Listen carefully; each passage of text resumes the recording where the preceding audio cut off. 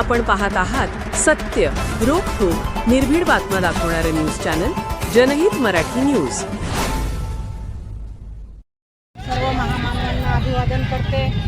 आज या ठिकाणी अशा पद्धतीचा कॅन्डल मार्च काढण्याची गरज भासू नये असं वाटत होतं। या भारत देशामध्ये जी संविधानावर लोकशाही चालते त्या लोकशाही माध्यमाची ही प्रचंड हार आहे। म्हणजे मुलगी गर्भामध्ये असेल, रस्त्यावर असेल, शिकून असेल, शिकायच्या आधी असेल, कुठेही सुरक्षित नाही अशा पद्धतीचं अतिशय घाणेरडं वातावरण आपल्या इथं झालेलं आहे।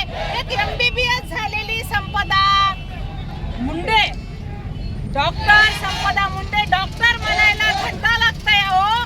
आणि ह्या पोरीला जर आत्महत्या करायची वेळच येत असेल आणि कायद्याचे रक्षक जर भक्षक करत असतील तर त्यांना चपलाने त्यांचा सत्कार करायला पाहिजे, आमच्या ताब्यात द्यायला पाहिजे शासनाने त्यांना। आम्ही रस्त्यावर तुडवून मारण्याची ताकद आमच्यामध्ये आहे।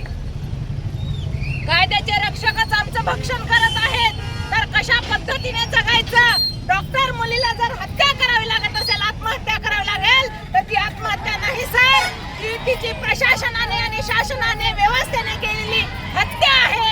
आणि ह्या हत्येचा मी नगराध्यक्ष म्हणून तर निषेध करतेच, काय बोलणार, निषेधाच्या पेक्षा जास्त काही करू शकत नाही।